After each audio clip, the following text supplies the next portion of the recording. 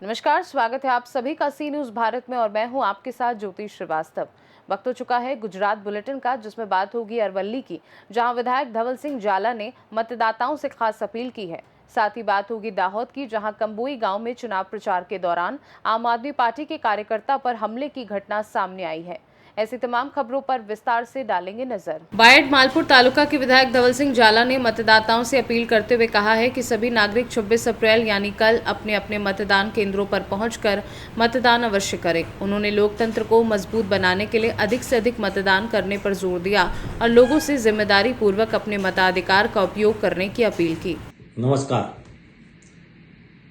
તમામ નાગરિકોને ખાસ કરીને જણાવવાનું કે 26 તારીખના રોજ એટલે કે 26/4 રવિવારે સવારે 7 વાગ્યાથી લઈને સાંજે 6 વાગ્યા સુધી મતદાનનો કરવાનો સમય છે।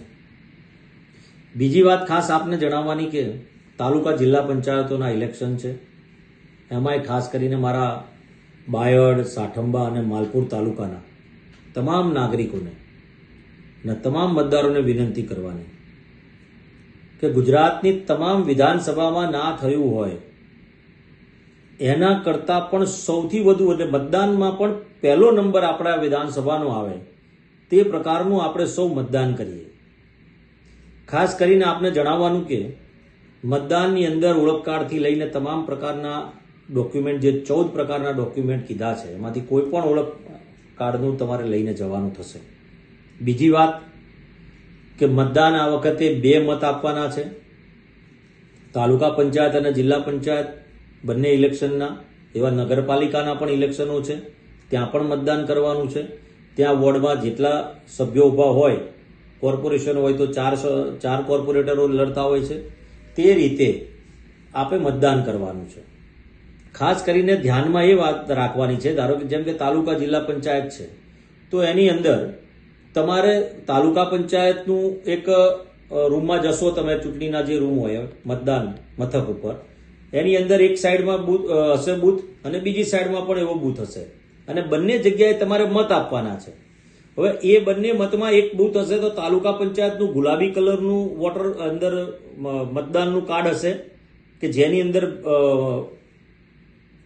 આપણા મશીન જે આવે છે તો મશીનની અંદર જે ચિહ્નો દોરેલા હોય એનો કાગળનો કલર ગુલાબી કલરનો હોય તાલુકા પંચાયતમાં, અને જિલ્લા પંચાયતની અંદર તે જ કાગળનો કલર સફેદ કલરનો હોય છે। એ આ એક ઓળખ છે, એ ખૂબ સમજવાની વાત છે। ખાસ કરીને આપ સર્વને વિનંતી કરવાની, ક્યાંક બહાર રહેતા હોય આપ ક્યાંક, તો પણ આપ મતદાન કરવા અચૂકથી, મારી વિધાનસભાના તમામ મતદારોને આમંત્રણ આપું છું ને આપ અચૂકથી મતદાન કરો તેવી વિનંતી પણ કરું છું અને અભૂતપૂર્વ મતદાન થાય તેવું પણ વિનંતી કરું છું। સારા નાગરિકોને આપ ચૂંટો, સારા વ્યક્તિઓને આપ ચૂંટો, સારી સરકારને આપ ચૂંટો, સારા તાલુકા પંચાયત ને સારી જિલ્લા પંચાયત આપ બનાવો તેવી આપ સર્વને વિનંતી કરું છું અને અભૂતપૂર્વ મતદાન કરવા માટે આપ સર્વને 2 હાથ જોડીને વિનંતી કરું છું કે મારી વિધાનસભામાં અભૂતપૂર્વ મતદાન થાય તેવી જ અભ્યર્થના સાથે आप सर्वनो खूब खूब दिल थी आभार। अरवल्ली से सीनू संवाददाता जगदीश सोलंकी की रिपोर्ट। दाहोद जिले की लिमड़ी तहसील के कंबोई गांव में चुनाव प्रचार के दौरान आम आदमी पार्टी के कार्यकर्ता पर हमले की घटना सामने आई है, जिसमें आरोप है कि भाजपा कार्यकर्ता और अन्य लोगों ने उसे पीटा।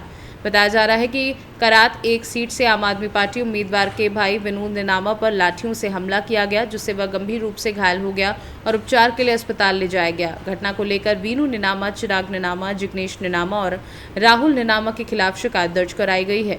घटना के बाद इलाके में तनाव फैल गया है और लिमड़ी पुलिस थाने में मामला दर्ज कर जांच शुरू कर दी है। दाहोद से सीनू संवाददाता अभय सिंह संगोड़ की रिपोर्ट। गुजरात बुलेटिन में फिलहाल के लिए इतना ही। देश और दुनिया की बाकी खबरों को जानने के लिए देखते रहिए सी न्यूज भारत।